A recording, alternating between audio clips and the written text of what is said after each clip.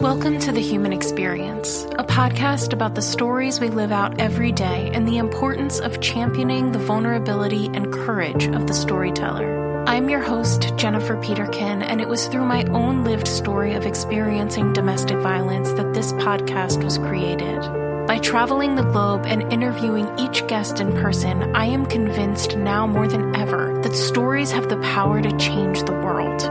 You can join our community of storytellers by subscribing, leaving a rating and review, signing up for my newsletter, following me on Instagram, and more. Thank you for being here. In a world full of noise, to listen with intention is an act of resistance. Well, Linda, thank you so much for having me in your home to do this interview in Virginia. It's lovely to be here. You have a lovely home. Thank you so much. And thank you for coming all this way. It's just a pleasure talking with you. Oh, thank you. Yeah, I'm excited. I'm excited for our conversation. I'm excited to hear about your story. I obviously know a very little bit, the background and everything, but it just sounds so interesting. And I love what I love about your story, in theory, at least, because I have not heard it yet, is the generational aspect of it. Yes. I think that it is so great when we can talk about generations and how the impact that has, as we move through life, and we are always impacted by the generations that come before us. So. Yes, very much so. Yeah. And I don't think we always realize that. No. We do carry a lot of trauma, certainly, from past generations, and of course, the good stuff too. Yeah. So. we get it all, right? Yeah, the good, exactly. the bad, and the ugly. Exactly. Yeah. And that's life. Yeah. For sure. Well, okay, so we're in Virginia now. Is that where you are from originally? No, okay. I grew up in Buffalo, New York. Okay. Yeah.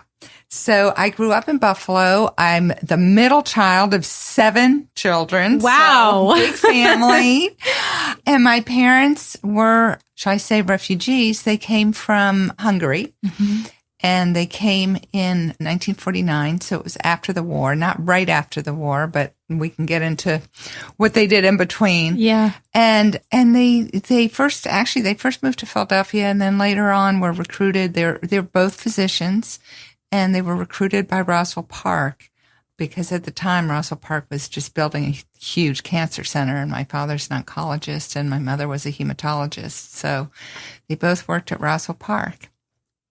And just to give you a little, I'm jumping ahead a little bit, but last year in May, I went back to Buffalo because Roswell Park it's become a huge complex. And on one of the walls, they did a mural honoring 3 Hungarians who all 3 were righteous Gentiles. And just so your listeners understand what a righteous Gentile is, it's the righteous among the nations is the highest honor that the Israeli government can give non-Jews who risked their lives to save Jews during the Holocaust.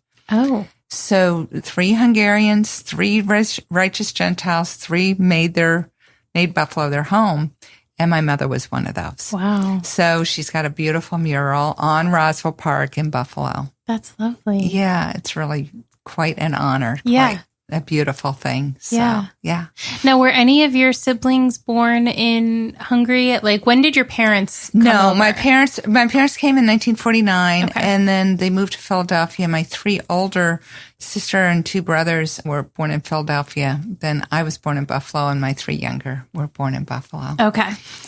So yeah. So yeah, I mean, they were, I don't want to skip in your story. I don't want to reveal anything, before you do. So yeah, I guess given the context of what we're talking about today and the book that you wrote about your family, if I ask you, where does your story begin? What does that mean to you? That's a great question because it actually, I grew up in Buffalo. So I'll take you back a little bit first.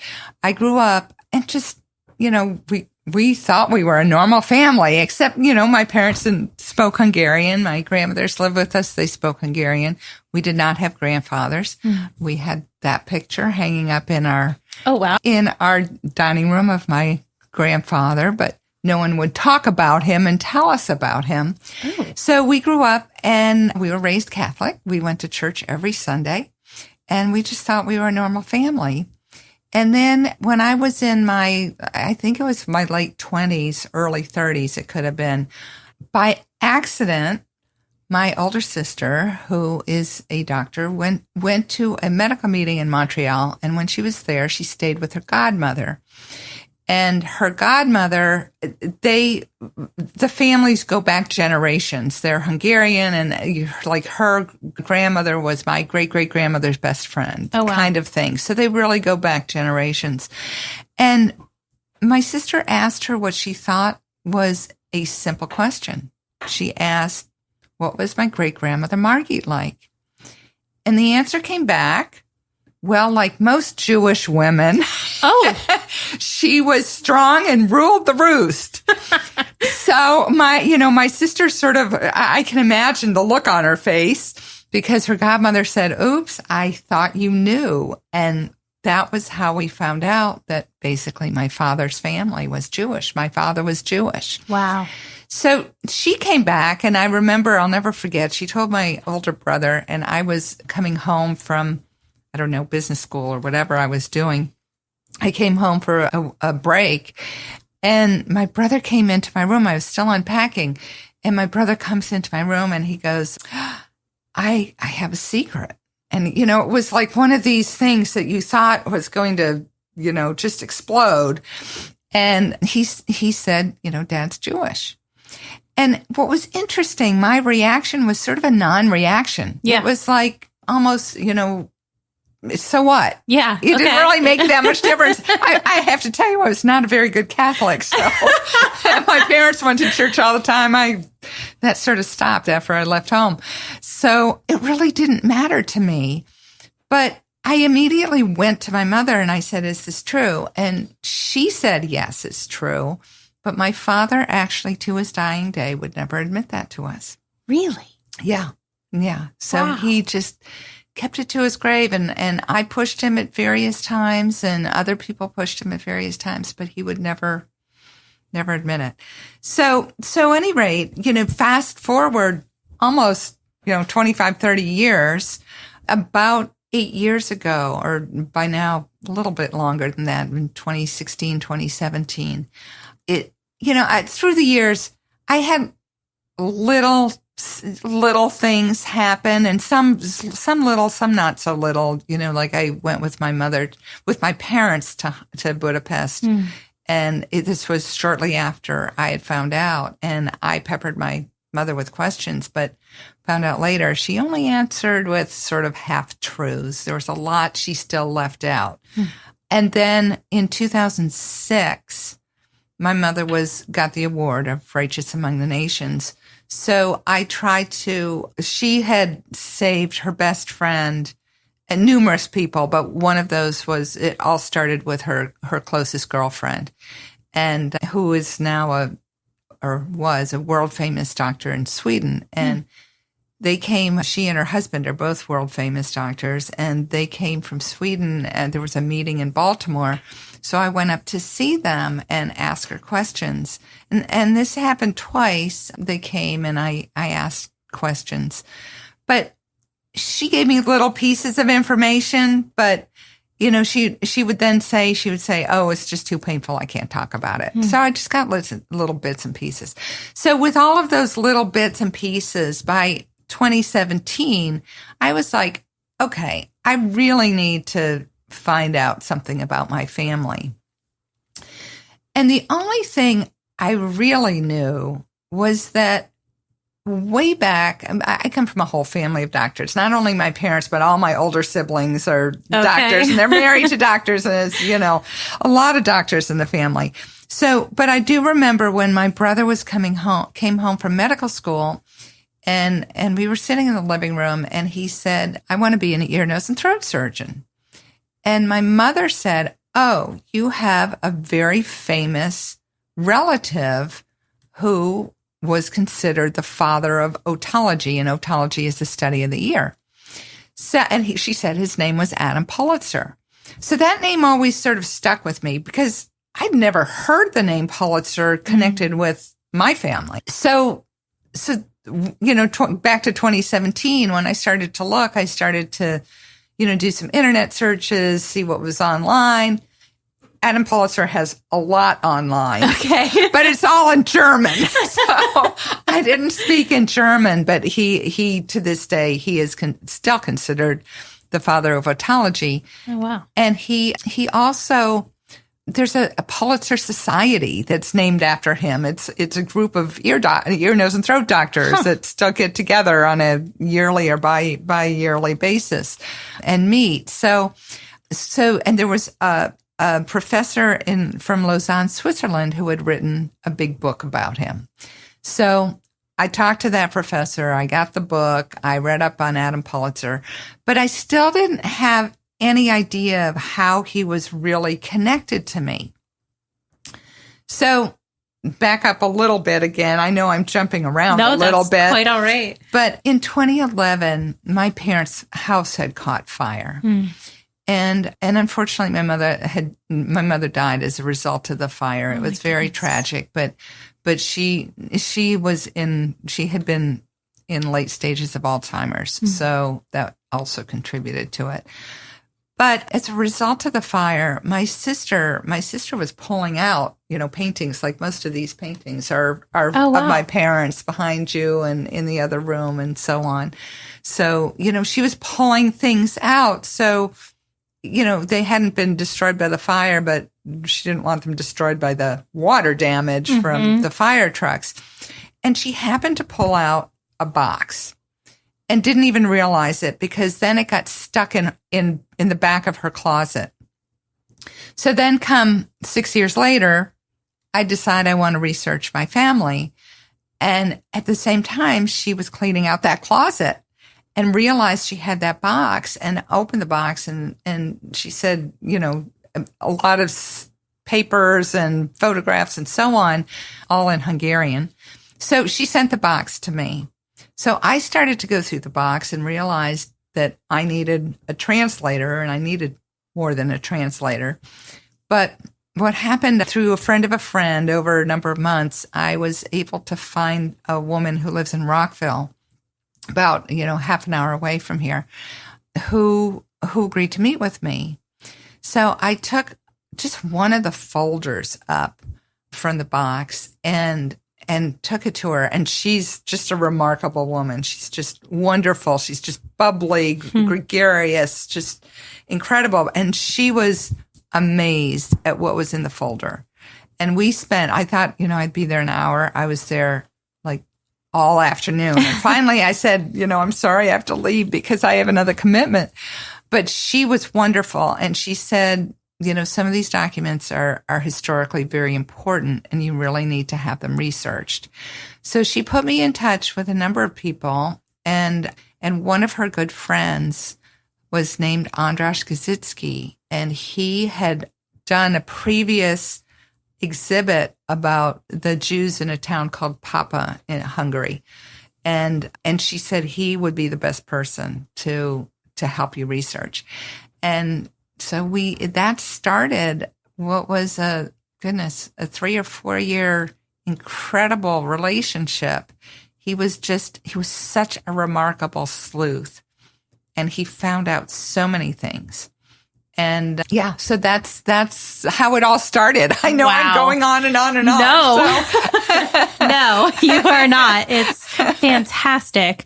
I just am sitting here thinking, like, as you're talking, I'm visualizing it in my head, and it's almost playing out like a movie. And I'm like, this is the kind of thing where, people would watch this in a movie and be like rolling their eyes, because that would never happen, right? Like, that, of course, the one box that gets saved from the fire wouldn't get put in the back of the closet only to be discovered. And I think it's just so indicative that, real life is stranger than fiction. It is so true, because actually what's fascinating is, as we started our research, every little clue led to the next and the next and the next. And he, as I said, he was a remarkable sleuth. He found things that nobody else could find. Wow.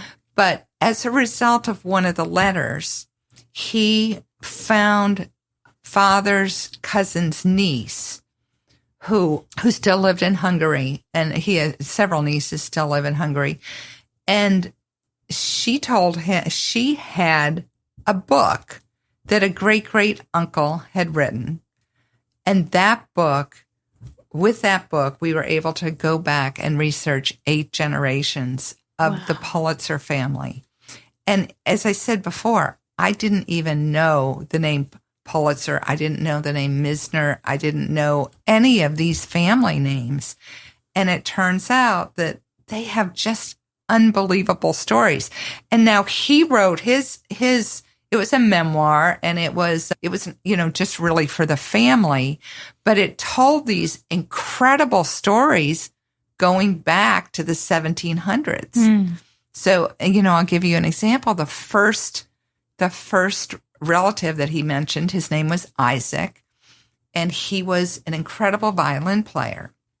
And he lived in an area that's now called No, not Galatia. Well, it's sort of the Upper Czech Republic is what it is today, and it was part of the Austro-Hungarian Empire. So the Austro-Hungarian Empire was enormous and took up several of what we now know Eastern European countries. Sure. But so, at any rate, he was asked by his landlord. Now he was Jewish, and Jews at the time, they were not allowed. There were only so many allowed in one area because they didn't want to. The Jews at the time, Maria Theresa was the empress of the Austro-Hungarian Empire, and she called the Jews a plague upon the empire, on the race. So you can imagine the anti-Semitism. I mean, it was horrible. Jews were treated terribly. They were taxed heavily. They weren't allowed to do certain professions, and even in some cases go to various schools and so on. So it was really very difficult living. So he was asked by his landlord to play a piece on Shabbat.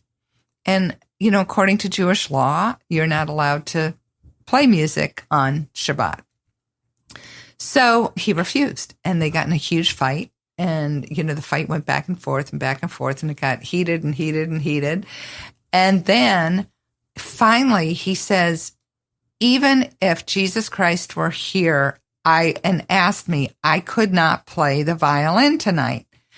So at that, the landlord got upset and went back to the church, the priest, and said he used Christ's name in vain. Oh. And it went all the way up to Prague. And so then later on, the landlord sort of felt badly about this, but then the landlord came back. Then the priest went to the landlord and said, well, officials are coming down from Prague to serve justice. He's going to be burned at the stake. Oh, geez. So for using Christ's name in vain, he was to be burned at the stake. So the landlord sort of felt badly about this and told him and gave him money to escape. So that's sort of how, again, you go back to these movies. This was real. It feels like a fictional story, but that was my great-great-great-great-grandfather. Wow. 8 generations back. So that's how it all started. And these stories were amazing.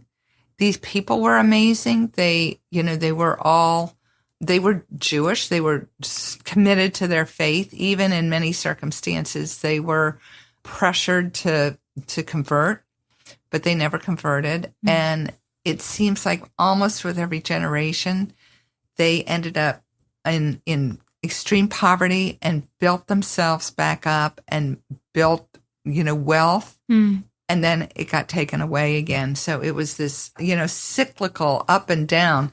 So, just the resilience of these people is so inspiring. Wow. It's really inspiring. Yeah. That's amazing. So, yeah. Yeah. So you're researching all of this. How does that, I'm sure your mind is blown over and over again, but how does that make you feel in terms of your parents realizing how much of your life or your history, I guess, has been hidden. I'm sure it's a very complicated feeling. It was very complicated, and it was interesting because my father loved to tell stories, and I think my grandmother did too. And to realize that they were silenced was quite something. Now, my father was one of these. He was a bigger than life person. He was a doctor. He became very well known in the medical field worldwide, and certainly both my parents were very active in the Buffalo community, and so they were prominent, community figures. And my father loved to tell stories, but a lot of the stories we would roll our eyes because we would think, oh my God, he's just exaggerating the truth, shall we say? But when I look at these stories, it's like, had he just told us about his own family, he didn't need to exaggerate anything. So we'll go back to Adam Politzer, who was, as I said, he's still today considered the father of otology. Most ear, nose, and throat surgeons know who he is. Wow. And when I look at my father, he really modeled his career after Adam. So not only was Adam an incredible, he treated people like the Tsar of Russia and Emperor Franz Joseph of the Austro-Hungarian Empire and King Leopold of Belgium.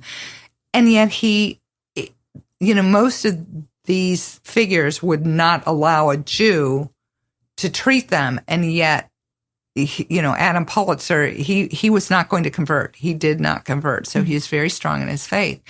So he treated those kinds of people, but he also went into elderly care homes of these homes that housed very, very poor elderly, mostly Austrians, because he was living in Vienna, Austria.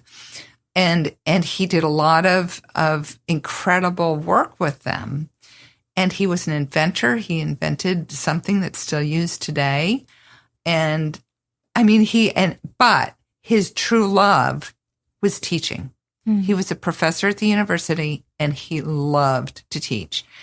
And I look at my father, that was him to a T. And he published a lot too, so Adam Politzer, created the textbook of otology for its day, several textbooks, and he had hundreds of papers. Well, my father was the same. Yeah. So he really modeled his career after Adam, and yet he never spoke about him. And so it's a little, sad to think that he had this incredible relative, and yet he never spoke about him. So back to, I'm sorry. What was your question? Don't apologize. No, I'm not sure I answered your question. No, you did. Just talking about how complicated it is to find this out. Were either of your parents alive when you started this journey? My mother was not. My mother had died, but my father was. Okay. But we never told him. Okay. We kept it hidden because my sister was particularly protective of him, and she thought he would be very upset. Mm-hmm. So we never actually told him. And he was in his 90s at the time. So that's fair. Yeah. Absolutely fair. But because, I imagine you live your entire life not talking about this for, whatever reason that he had. And I think that it's absolutely fair for you to want to know these things. Yes. But it's also equally fair for him to be able to live his life the way that he wanted to. Right.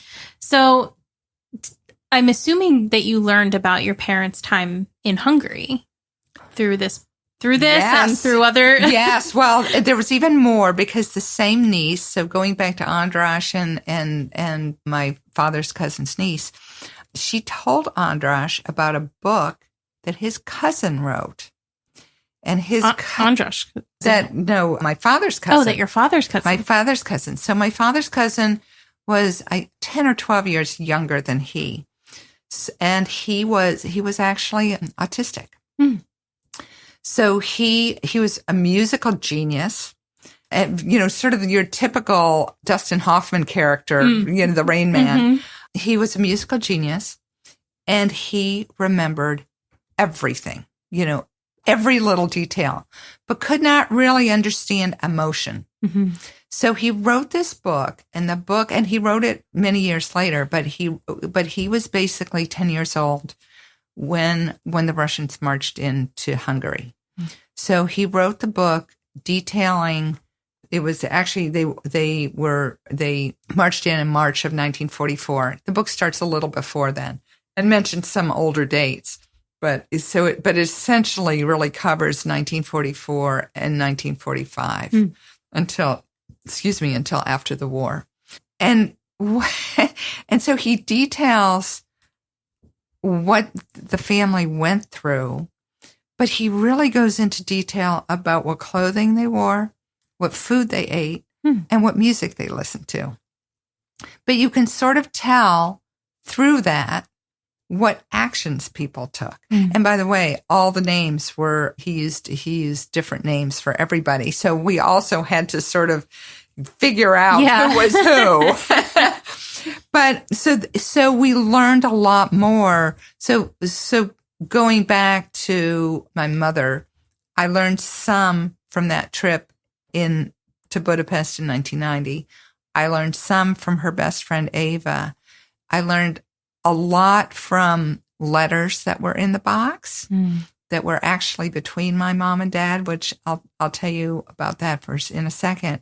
And then I learned about it from the book. And so putting all those pieces together, I think we have a pretty good picture. Yeah. It's not, I'm sure there was more. But so going back to sort of March of 1944, when they marched in, then the Nazis marched in headed by Adolf Eichmann, but the Arrow Cross were the Hungarian Nazis, and they had already sort of taken a foothold. So by the time the Nazis came in, they said, we don't have to do that much because the Arrow Cross and they were rabid and even worse. And so things started to happen very, very, very quickly. So in April, beginning of April or middle of April, they knocked on the door and they took my grandfather. They took him first to a prison, and then he went to a labor camp that was called Chapel Island. And they call that Hungary's Devil Island. It was horrible. And we know some of this from the letters, but then also, for example, Andras found a journalist who was also with my grandfather, mentions my grandfather, and wrote a book about this whole thing. Wow. And so we knew from there, that was beyond cruel. But then from beyond there, he was taken to Auschwitz. His train was actually turned back, but then 2 days later it went. We knew that he was in front of Mengele, and he was in his 50s at the time. So people over 50 were typically just directly sent to the gas chamber.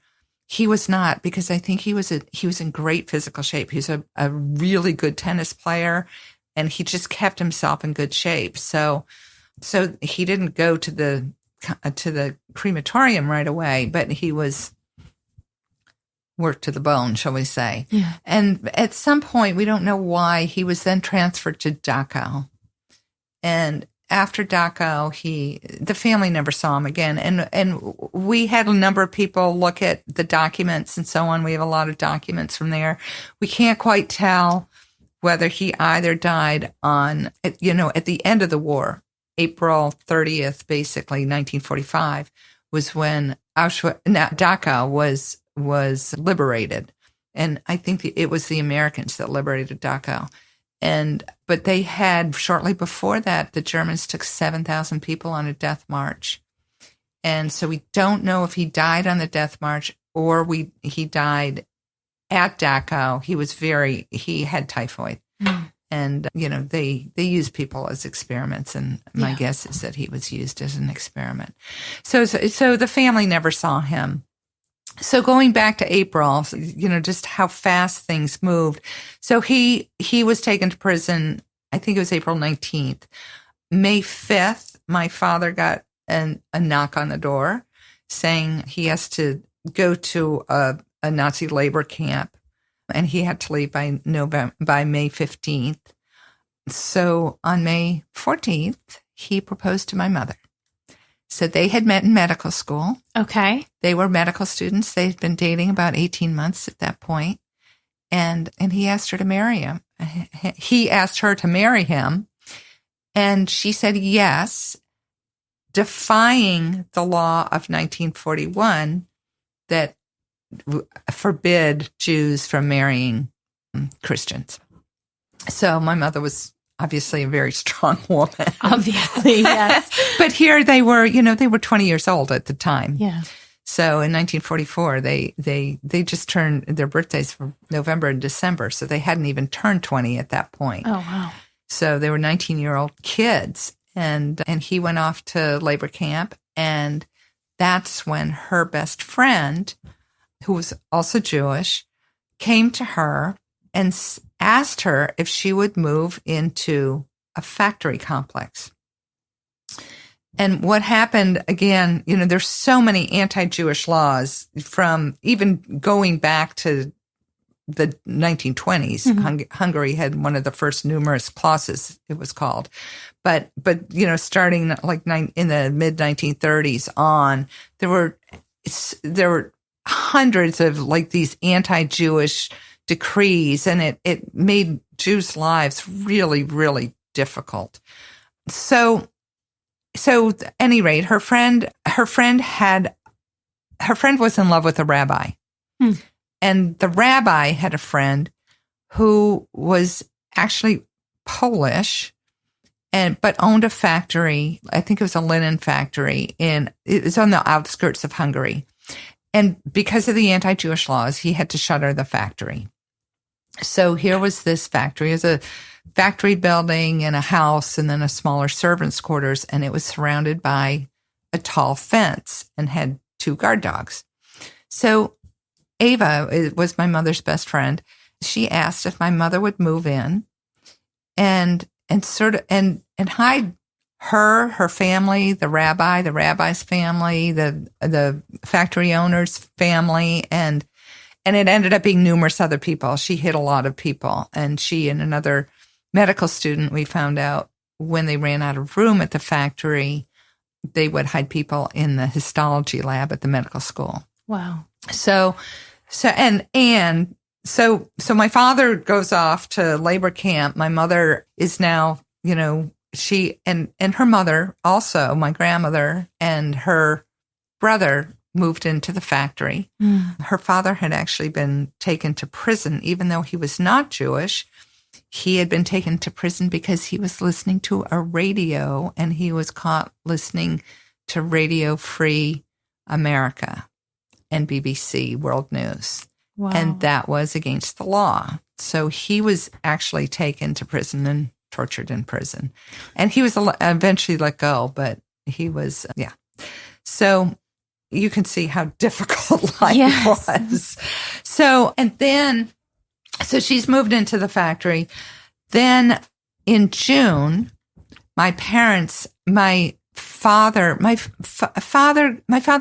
family was very well to do. His great grandfather had built this home on one of the grand boulevards in Budapest. And it was, when I say home, it was really an apartment building. It was a 4-story apartment building, but only the family lived there. So each apartment was inhabited by a family member. So he lived there, his son lived there, his daughter, my great-grandmother Margit, and her family, and then my grandmother and my grandmother's sister and their family. So it was all family members in this huge apartment building. They had 5 days in which they had to leave everything and move into what was called a Yellow Star house. So the Yellow Star houses were actually unique to Budapest. They were houses, but instead of a ghetto, they would just take a house. And the idea was, rather than consolidating everything in one small area, take over these houses throughout the city, because then maybe the Allies wouldn't bomb them. But, that was the thought. But the Yellow Star houses were still, they were really just a place to collect people and get them ready for deportation. Mm-hmm. That was the whole idea. And even though, by that time they knew they were losing the war, but they intensified the violence on Jews, basically. And it was horrible, because a lot of those people, including, we think, my great-grandmother's sister, a lot of people were marched into the Danube and shot. So if they didn't, if they weren't deported. Yeah. So, the intensity was just unbelievable. But so at any rate, they had to move everything. They had to leave everything they knew, go to a Yellow Star house. There was 12 people in one room. And that was true throughout the whole house. So 12 family members. And in these houses, it was mostly women and children and the elderly, because every able-bodied man or woman was at a labor camp. Yeah. So they moved in, and I know my mother helped them move. I know that according to Gabor's book, and she played a big role. The Yellow Star houses were only safe for a certain amount of time. Then people had to leave, because they were really just, the Nazis would just come in, or the Air Cross would come in, and all of a sudden they would steal things, and they would harass people, and it was just awful. So then they had to move, and that's what Gabor's book really gave us is the truth about how they had to move from place to place to place, and no place was really safe. So, they had safe houses from the Swedish and Swiss consulate, but even those places weren't safe, and they were so packed, and the conditions were horrific, and there was no food, and really terrible. And then eventually, for example, my grandmother ended up going to the factory. And also eventually Gabor's family went to the factory later on. So my mother had hit a lot of people, but she wasn't safe either, because almost daily the Arrow Cross would come to the gate. Thank goodness for the dogs. The dogs would bark, and they would demand to search the house. And because of the dogs, my mother said that they would always say, can we put the dogs away before you come in? And that gave everybody time to get into their hiding places. Yeah. But there was, basically in the fall of 44, it was fine when the Americans and the British were bombing, because she said they bombed almost on schedule. And you sort of knew when it was coming. When the Russians took over, they didn't keep to any schedule, and they just bombed indiscriminately day and night.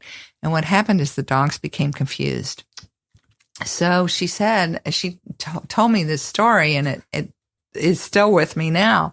She said, the Air Cross were at the door, and the dogs hadn't barked.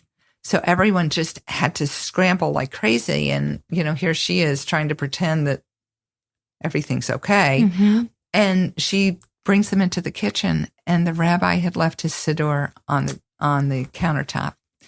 So she quickly grabbed it before they could see. But, it's like those small little details. Yeah. Had they actually seen what was there, everyone would have been shot. They would have torn through the entire place, and everyone would have been shot. So daily, she just, they risked their lives every single day. It was terror. Yeah. Truly. And the hunger and the cold. It was one of Budapest's coldest winters. And as I said, Gabor was really focused on clothes. He talked about how my mother had given away her winter clothes to other people in need. So she only had a very light summer jacket, and she would go out daily to stand in line for food, to take messages to people, to do things, and in a summer jacket in the middle of the coldest winter in Budapest. Wow. So, yeah. Your mother was a remarkable woman. Yeah, she was. That's amazing. She really was. When she was telling you this story, Did you know that your father was in a labor camp? No. Okay. No. So what was very interesting, she told me that story back in 1990 when we were in Budapest. I had learned that my father was Jewish, but I will say I was in, I guess, my late 20s then, or just turning 30, but my history wasn't good enough.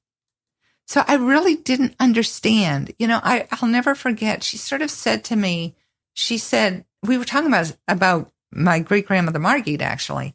And she sort of said to me off the cuff in a very humble way, she said, "Oh, by the way, I hid some people." And I didn't really understand what that meant.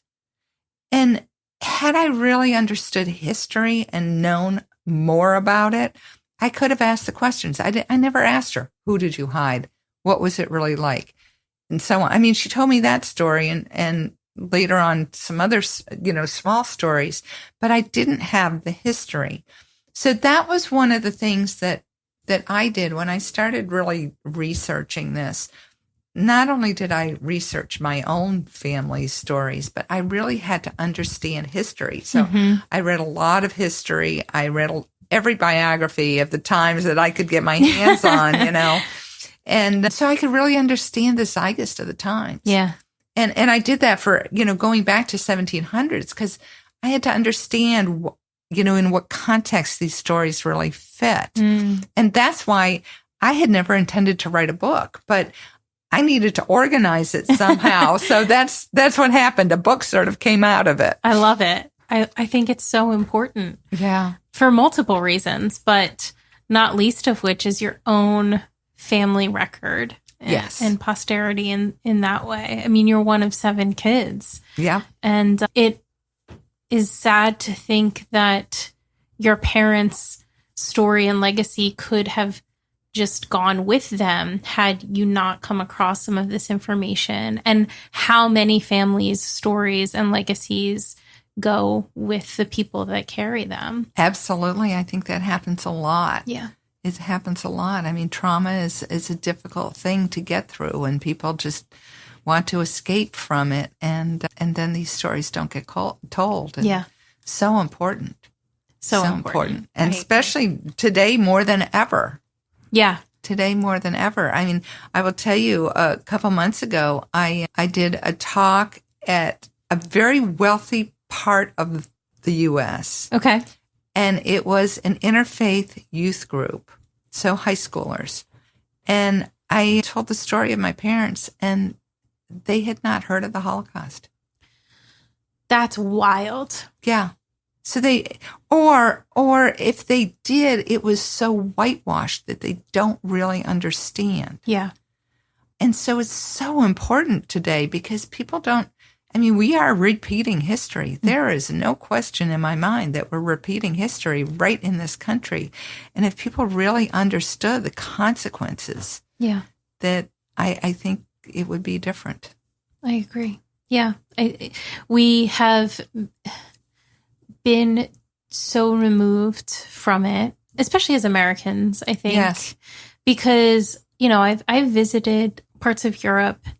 And so I went to Budapest in 2019. And my grandfather, who was my favorite person, was from Hungary. Oh, really? Mm-hmm. Oh, neat. And he left in 1956. 1956. Yeah, that's when a lot of people left. Yeah. Yeah. But he spent 4 years in a prison there, in a communist prison there. But yeah. I don't know what town he was from. Like, he wasn't from Budapest, but he was from a small town. But being in Budapest and visiting the headquarters of the Arrow-Cross Militia, which is now a museum, talking about the horrors that happened and that they, along with the Nazis and then the communist regime, inflicted upon the people of Hungary. And then to, you were talking about being shot into the Danube and the sculpture that's there, the shoes on the Danube. The shoes on the Danube. And so I'm just envisioning this in my mind. And I think people that grow up in these places that have remnants of the past at least have a visual touch point to that past. And I think as Americans, because we've never really had to contend with, our buildings that are bombed, except, it's the 9/11. Right. And you see how we speak about it as Americans. There's a lot of emotion and feelings about it, which I understand. However, it's the one thing that we can talk about. And you look at all of the other places in the world that have experienced stuff like that and worse. Yes. But we really don't have a genuine understanding, in my opinion, of what it looks like to live through something like that. I agree, though I will also say just even, the communists really wanted to whitewash history too. Mm. And people were not allowed to practice religion. And they were just as anti-Semitic as the Nazis. So the treatment was horrible across the board. Oh, yeah. But so when Andras and I were doing all this research, Andras was doing a lot of his research at the Hungarian Jewish Museum and Archives. You probably went to the Dohane Synagogue. That's there. The museum and the archives are right there, sort of next to it. And they were, at the time, they were renovating the Rumbach Synagogue, which is, I don't know if you were there. It was in the middle of getting renovated in 2019. Okay. I don't think it didn't open until, I think it was 20 or 21. I don't remember. Okay. It was in the middle of COVID. But it's a beautiful synagogue. It's not as big, but it's architecturally stunning. Mm. And what they wanted to do is they wanted to put in a permanent exhibit to inspire others to look into their background. Because there's so many Hungarians that actually have Jewish backgrounds, but don't even know it because of the communists and the secrecy and so on. And so that exhibit is done solely on my family stories. So there's so there's a permanent exhibit that's based on my family. It's called the Politzer Saga. Oh my just goodness! Like my book. Yeah. Well, I have to go back and see that. That's amazing. Yes. It's made of 10 films that are made up of these stories. Wow. So, yeah. That is so cool. Yeah. I love that that this journey really seems to have had such I'm sure it was difficult, but it also seems to be very rewarding in certain ways as well. Well, yes. I mean, I think right now where I am is, I would tell you that talk to the youth group just really shook me. Yeah. It really shook me. And so I'm actually working on a presentation for high schoolers, because I've been doing a number of book talks, but mostly they've been to adults. Mm-hmm. So I'm just creating something for high schoolers because I think it's so important that they know these stories. Yeah. They have to understand the consequences of hate. It's just, and the courage and the resilience that people had to get through this time. Truly. So that's sort of where I am. I'm trying to live up to my mother's legacy. My mother's legacy, exactly. That's pretty incredible. Now, did your father stay in the same labor camp? What happened, and no, he escaped, and he escaped with 6 people, but he escaped when the labor camp was bombed, and almost everyone died. Oh, geez. So the fact that these 6 men survived was a miracle. So they escaped, but then they were caught 2 more times. So, and what happened was, and I tried to push him on this, mm-hmm. and some other people tried to, actually for the exhibit, we had somebody come and film him, mm-hmm. and tried to push him, and he would not admit to anything. But we did at least learn the names of the other people.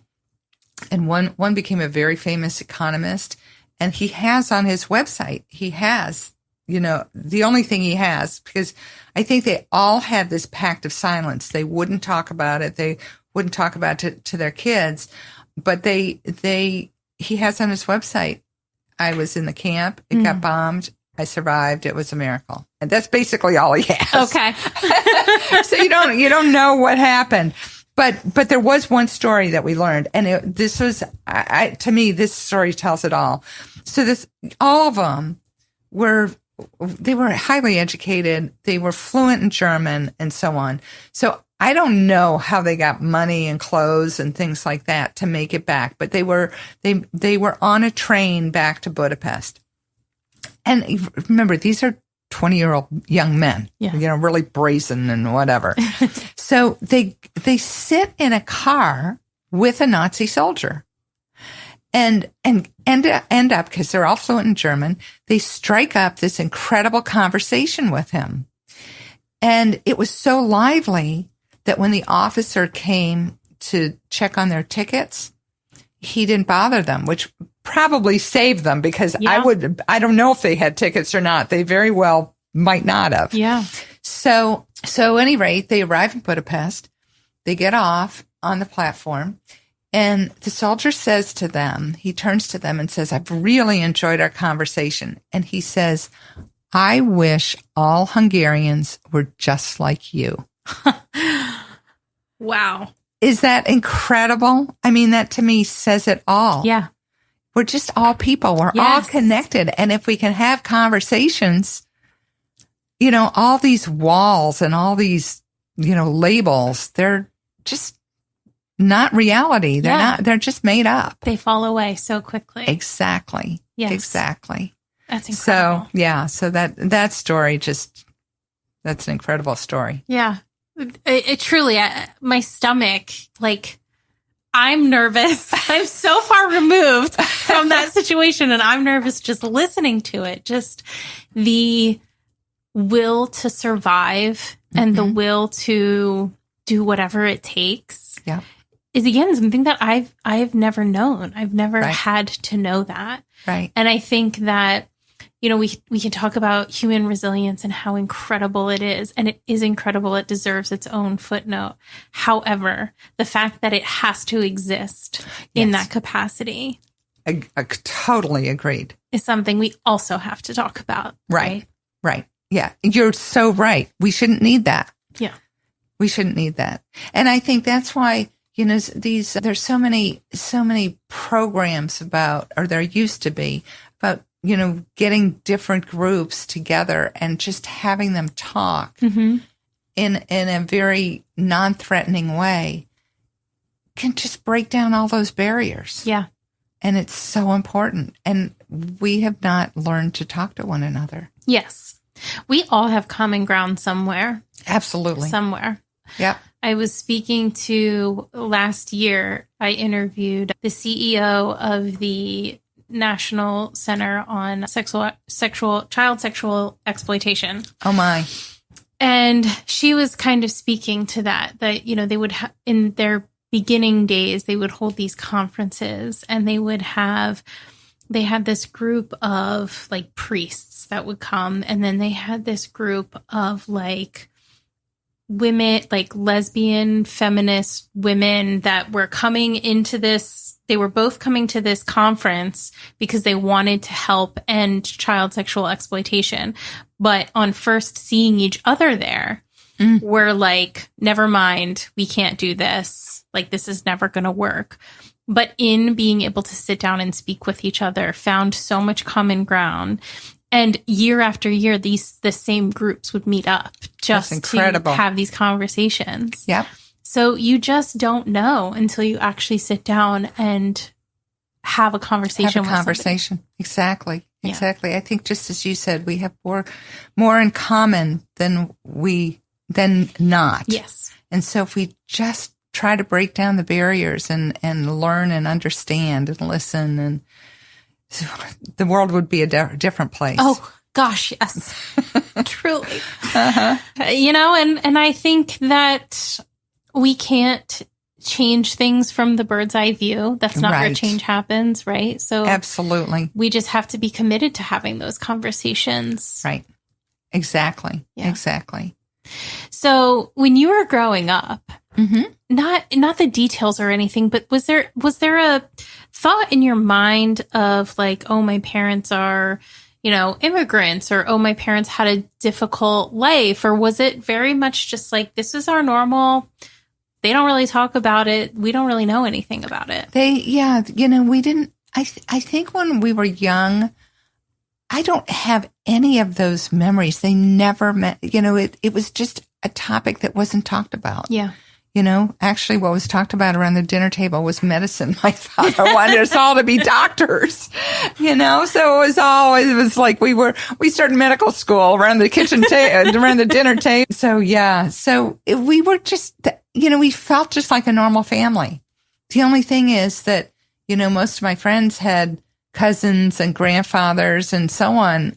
We didn't, my grandmothers, as I said, lived with us, but we didn't have grandfathers. And here he was, but no one would talk about him. Yeah. No one would talk about him. And I remember once asking my grandmother about him, and she what she said was, oh, he was taken as a political prisoner and died. And that's all she would say. But, she said it in such a way that it was like, don't pry anymore. Mm-hmm. And you could see the sadness on her face. And as a kid, I didn't want to make her sad. Sure. So I didn't push. And so nothing was ever talked about. It's such a hard line to walk too, right? Because you don't want to push somebody's back into their trauma. Right. But you do want to know, oh my God, these stories. If I had pushed my grandmother, as I said, I know my grandmother she loved telling stories. So I know she had incredible stories. Yeah. And she would have known Adam Politzer and all of his siblings, because he didn't die until 1920, and she would have been, 18 at that point. So she would have known these people, and to get the stories from her directly would have been so incredible. Yeah. But she was silenced. And you don't know what you don't know. I mean, so my grandfather that was Hungarian and who escaped, he was put in prison for being a leader in the underground church at the time. And he did tell his story, but there's so much of it that is unknown because you don't know, especially as a kid, like you don't know what questions to ask. Well, exactly. Right? That was my issue because, when I was with my mom in Hungary, I didn't know what questions to ask. Yeah. I mean, it's this whole other world, this whole other reality. Yeah. And I find, as I got older, because I was very fortunate to have him for a large portion of my life, he had dementia and was forgetting things. He was mixing up timelines and stuff like that. So he was also an untrustworthy narrator at certain points, at a certain point too. So you couldn't necessarily ask him a straightforward question. But then when he passed, it was like, man, it's gone, like I know what I know. And I'm so happy that I have the knowledge I do have about him because I have something to carry forward. Yeah. But, I can't ask any other questions. So it's a hard place to be, to know that there's so much you want to know. Right. And, at a certain point, that opportunity isn't there anymore. Yeah. Yeah. Yeah.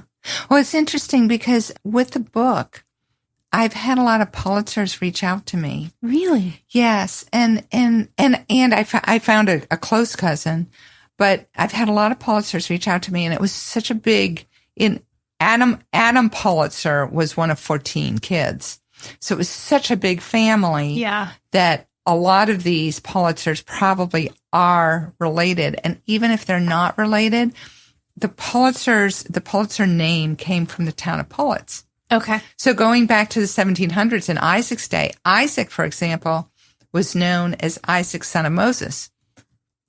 But then a decree came down from I think it was Emperor Francis at the time, and all Jews had to take a last name for tax control purposes. That was the only reason. And so often, they gave them names, and the names in some cases they were able to choose, but not really. Isaac was not allowed to choose his name. He was told he was going to be Politzer from the town of Politz. And so a lot of these Politzers, including Joseph Politzer of the Pulitzer Prize, they're all from the town of Politz, and they all knew each other. So there's actually letters between Adam Politzer and Joseph Politzer. Wow. And Joseph Politzer's brother. And they called each other cousin. But you don't know if they were truly cousins. Sure. Or whether they were just close and, called each other cousin. In community. Right. Yeah. So, but we do know that Adam's youngest, the second youngest of the 14, his name was Zygmunt Politzer. And he was the one who wrote the book that we found called Our Family History. And he was married to Irma Politzer, and Irma Politzer was Joseph Politzer's cousin. Okay. So it's all of these connections. It is connected, yes. It's amazing some of these connections that we found. It's remarkable. Yeah. Yeah. It's so fun. And I just wish people, I think there are a lot of people that do realize how incredible this is. And, I have nothing, as far as I know, like your family history, but I found out a couple years ago that my great uncle, I think was my great uncle, was a magician. And he was a pretty famous magician who worked with Houdini. Wow. And my aunt, he was Hungarian then. No. Sorry. My Hungarian grandfather was my step grandfather. So I don't have, but I'm Houdini is Hungarian, Oh, yeah. But this was in the States. Yeah. So my dad's family is Scottish. So he has a park named after him up in New York. Oh my goodness. And my aunt just casually dropped this one day. And I'm like, Dad, what?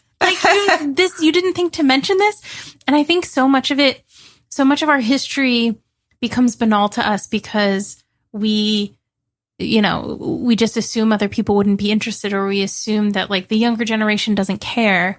And it's just not true. Right. And, we have to keep telling it. We need people in these families to continue carrying those torches. I agree. It's so important. So important. So how was it, when you started this process, and even to now, with your siblings and your extended family, how was that process for them as well?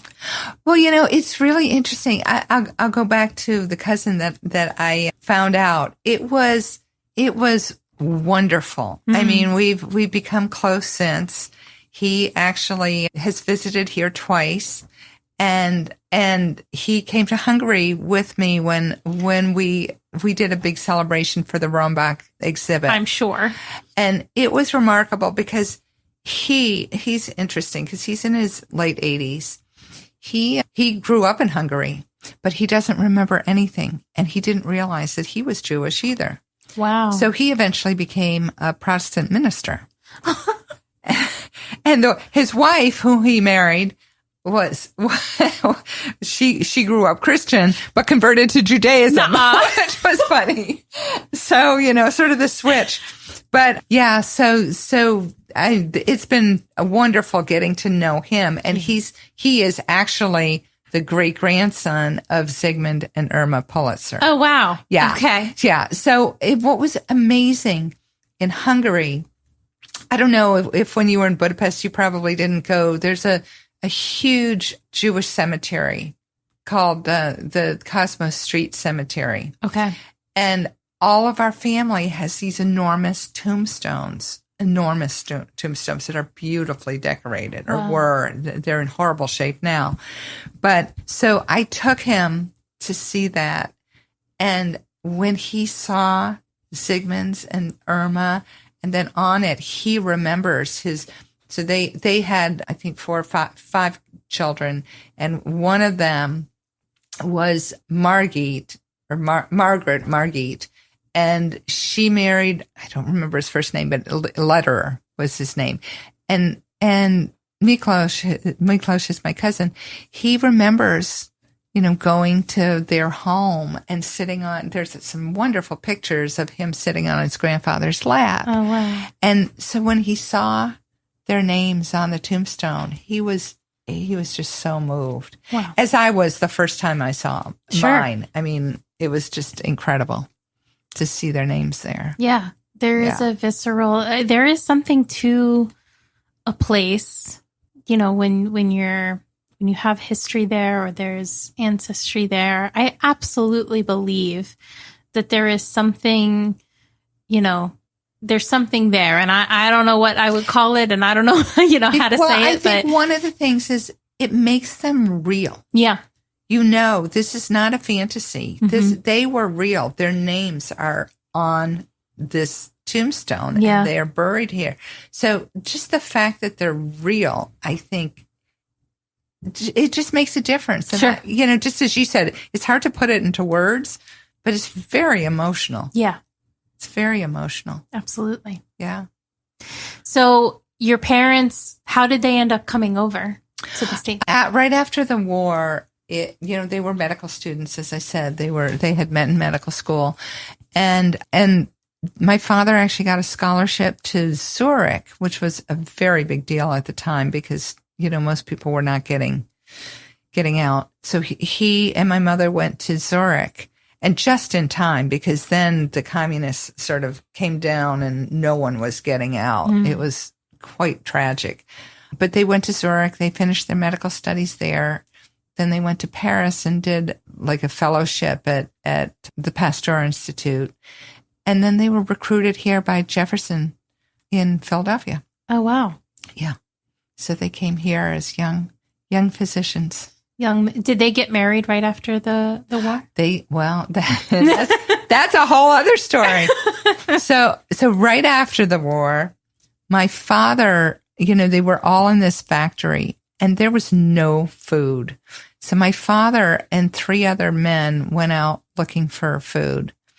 And they got captured by the Russians and ended up in a Russian labor camp because the Russians had this quota to fill. They had to capture so many Germans. And if they didn't have a German, they would just drag people off the street and capture them. Oh, my word. So that's a whole other story that my father actually was able to escape from there because what happened is the rabbi was with them.